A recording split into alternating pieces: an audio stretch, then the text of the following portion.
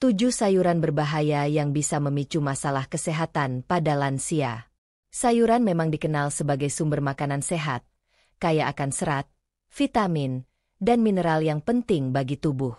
Namun, tidak semua sayuran cocok untuk semua orang, terutama bagi para lansia yang memiliki kondisi tubuh yang lebih rentan terhadap gangguan pencernaan, tekanan darah, maupun efek samping senyawa tertentu yang terkandung dalam sayuran. Beberapa jenis sayuran yang biasa dikonsumsi sehari-hari ternyata bisa menimbulkan efek negatif bagi kesehatan lansia apabila tidak diolah dengan tepat atau dikonsumsi berlebihan. Seiring bertambahnya usia, sistem metabolisme dan kekebalan tubuh akan mengalami penurunan. Hal ini menyebabkan tubuh lansia lebih sensitif terhadap zat-zat tertentu yang bisa memicu gangguan kesehatan seperti asam urat, hipertensi, gangguan ginjal, dan masalah pencernaan. Oleh karena itu, penting untuk mengetahui jenis sayuran apa saja yang sebaiknya dibatasi atau bahkan dihindari oleh lansia agar terhindar dari risiko-risiko yang membahayakan.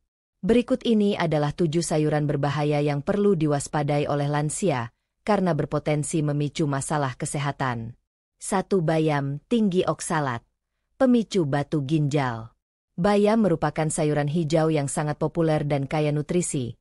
Namun di sisi lain juga mengandung oksalat yang sangat tinggi. Oksalat adalah senyawa alami yang bisa bergabung dengan kalsium dan membentuk kristal kalsium oksalat, yang menjadi cikal bakal batu ginjal. Lansia yang memiliki riwayat gangguan ginjal, infeksi saluran kemih, atau batu ginjal sangat dianjurkan untuk membatasi konsumsi bayam. Kandungan oksalat yang tinggi pada bayam juga dapat menghambat penyerapan kalsium, yang sangat dibutuhkan oleh lansia untuk menjaga kepadatan tulang. Padahal, osteoporosis adalah salah satu masalah utama yang sering dialami oleh lansia. Solusi: jika tetap ingin mengonsumsi bayam, sebaiknya rebus terlebih dahulu dan buang air rebusannya. Hindari mengonsumsinya terlalu sering. 2. Kubis dan kembang kol memicu kembung dan gangguan tiroid. Sayuran dari keluarga cruciferous seperti kubis, kembang kol, dan brokoli memang kaya serat dan antioksidan. Namun, pada lansia, sayuran ini bisa menimbulkan gas berlebih di perut, menyebabkan perut kembung dan rasa tidak nyaman. Selain itu, sayuran ini juga mengandung goitrogen, senyawa yang dapat mengganggu fungsi kelenjar tiroid jika dikonsumsi berlebihan dan tidak dimasak dengan baik. Fungsi tiroid yang terganggu dapat memperlambat metabolisme, menyebabkan kelelahan, penambahan berat badan, dan masalah jantung. Bagi lansia yang memiliki hipotiroidisme, mengonsumsi kubis dan kembang kol secara rutin tanpa pengolahan yang benar bisa memperburuk kondisi tersebut. Solusi: masak dengan matang agar kandungan goitrogennya menurun. Konsumsi dalam jumlah wajar dan tidak setiap hari. 3. Terong mengandung solanin yang beracun. Terong mengandung zat solanin, yakni senyawa alami yang ditemukan pada sayuran dari keluarga Nixaceae. Solanin dalam jumlah tinggi bersifat toksik dan dapat menyebabkan gangguan sistem saraf, seperti pusing, mual, dan bahkan gangguan jantung. Meskipun jumlah solanin dalam terong umumnya rendah, namun lansia yang memiliki sistem kekebalan tubuh lemah bisa lebih rentan terhadap efek sampingnya. Terong juga diketahui dapat memicu reaksi alergi pada sebagian orang, seperti gatal-gatal atau kesemutan di mulut. Pada lansia yang memiliki riwayat alergi atau masalah lambung, terong bisa menyebabkan ketidaknyamanan yang serius. Solusi: hindari mengonsumsi terong dalam keadaan mentah. Masak hingga matang, dan batasi frekuensi konsumsi. 4. Kecambah, tauge, rentan terpapar bakteri berbahaya.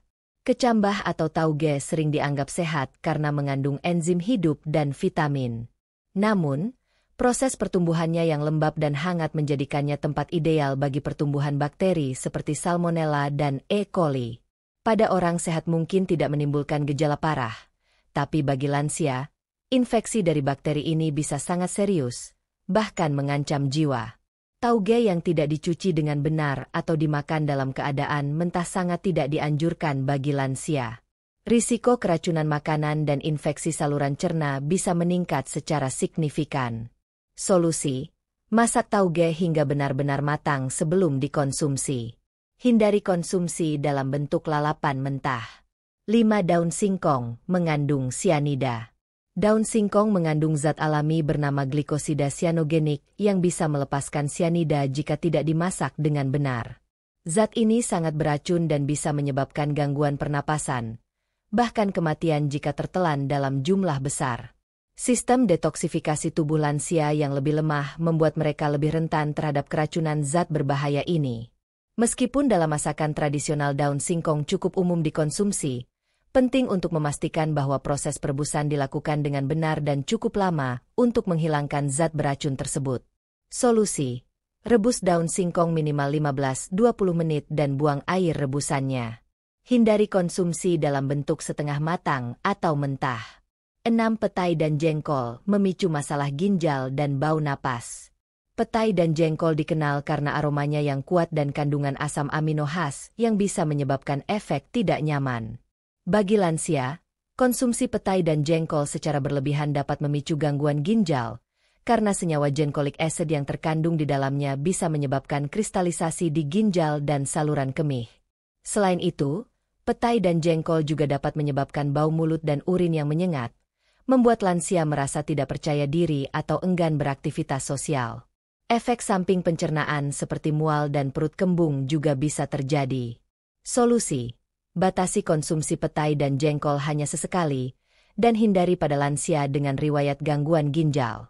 7. Asparagus dapat meningkatkan asam urat.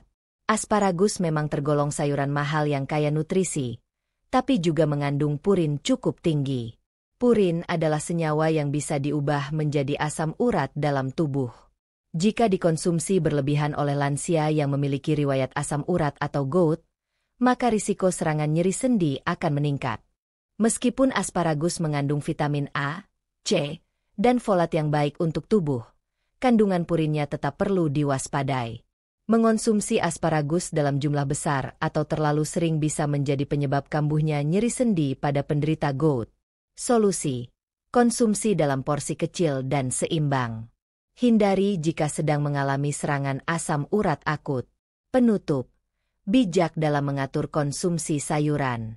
Sayuran tetap penting dalam pola makan lansia, namun pemilihan jenis, cara pengolahan, dan porsinya harus diperhatikan dengan baik.